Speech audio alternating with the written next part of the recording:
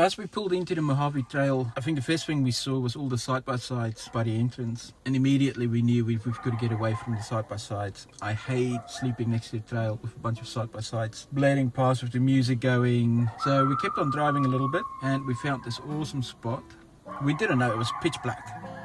We found a spot that was off the main road and it was level enough that we could actually park the trailer and get us to a point where we can sleep. We woke up this morning not knowing exactly where we are, and it was just really beautiful watching the sunrise and the world around us lighting up, and we're experiencing our surroundings for the first time. It was really magical. Yeah, it was good to wake up and just to look outside this morning and go, wow, what a spot.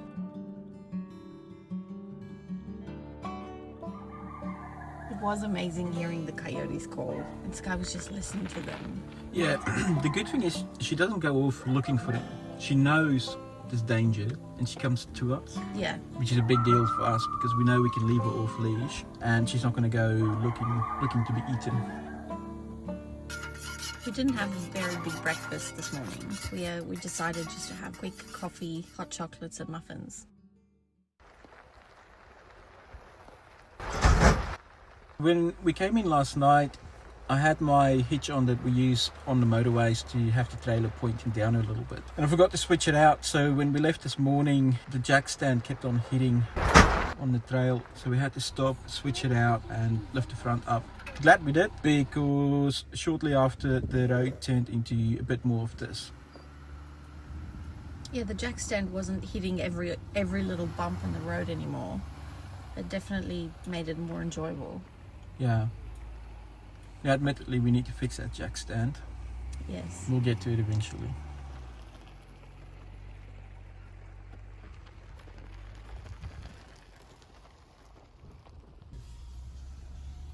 Here we're crossing the 95 highway. So we started from the Arizona side.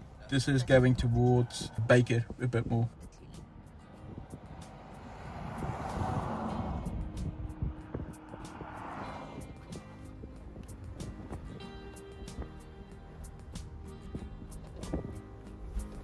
The one thing about the Mojave Road that I absolutely love so far is how the scenery just changes consistently.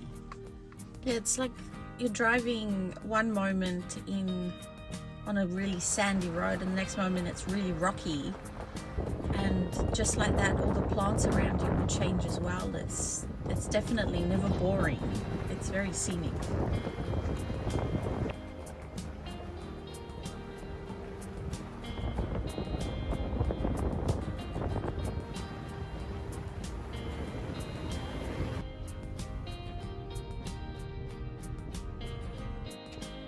There's definitely quite a few little spots you can stop and have a look at something. We didn't just stay on the Mojave Road, we did take some turn-offs to go explore a few more different routes, and that got us out to this outpost here, and there's a couple more that we were able to see.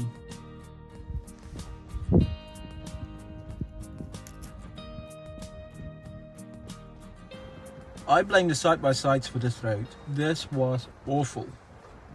There's nothing you can do. You can't speed up, you can't... Well, the only thing you can do is go slower to make this more enjoyable. I did not like this at all. We used a lot of fuel on this road. We did. Yeah, I think my average fuel economy was about 5 miles to the gallon on this trip. Yeah, and when we got to Kelso Dunes, we decided to not set up close to Kelso and to go and try and find fuel instead, so that tomorrow morning we can continue on.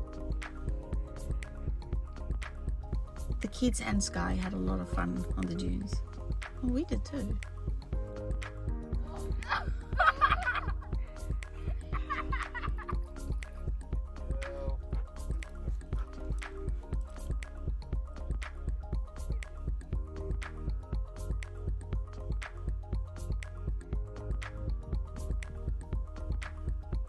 We are almost in Baker, about to put in gas. Yeah, so I've got 2 gallons of fuel on me, which was not going to be enough to get us through the rest of the trail, not at 5 miles to the gallon. We're going to go to Baker, go fill up, and then go back on the Mojave Road, but from the Baker side go in, and then we'll run it back to where we had to turn down to go to Kelso Sand Dunes. So we'll finish it that way in the morning, which would give us 2.5 days on the Mojave Road.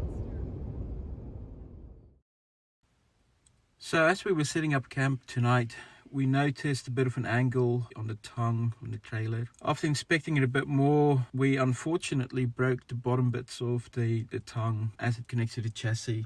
We're just gonna cut our adventure a bit short this time. We now need to find a safe way to get back to Baker and then see what we can do from there. We arrived last night on this big salt flat, not really knowing where we were because we've never been here before. We just drove on this little trail and all of a sudden it opened up and the darkness was all consuming. It's like all the lights and all your spotlights on the car and on the trailer didn't make a difference. It was so dark and we had no idea where we were. So this morning when we woke up and opened our trailer door, we had this view. It was really incredible.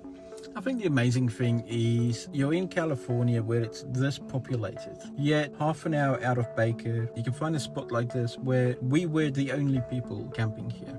For as far as the eye could see, we were the only people. It was really You could see the highway and you could see people on the highway, no noise, but we had this entire space to ourselves.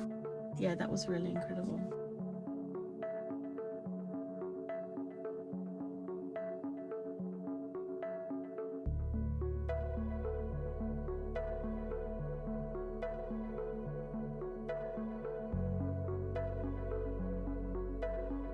It is really sad that we have to abandon the trail when we're so close to finishing it.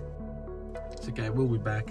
We'll come back even without the trailer, come and do it for one day, start from Baker again, work our way back, and then come back and camp. I'd love to come back to spend a few days here camping and just enjoying the openness.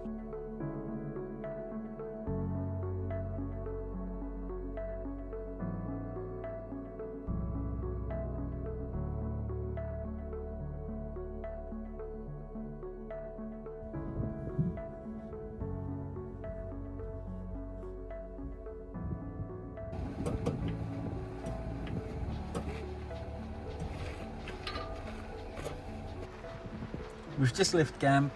We're heading to Baker now. We are going super slow. I'm sticking to about 5 miles an hour, hoping this thing's not going to split in two and we can get somewhere to weld it in Baker.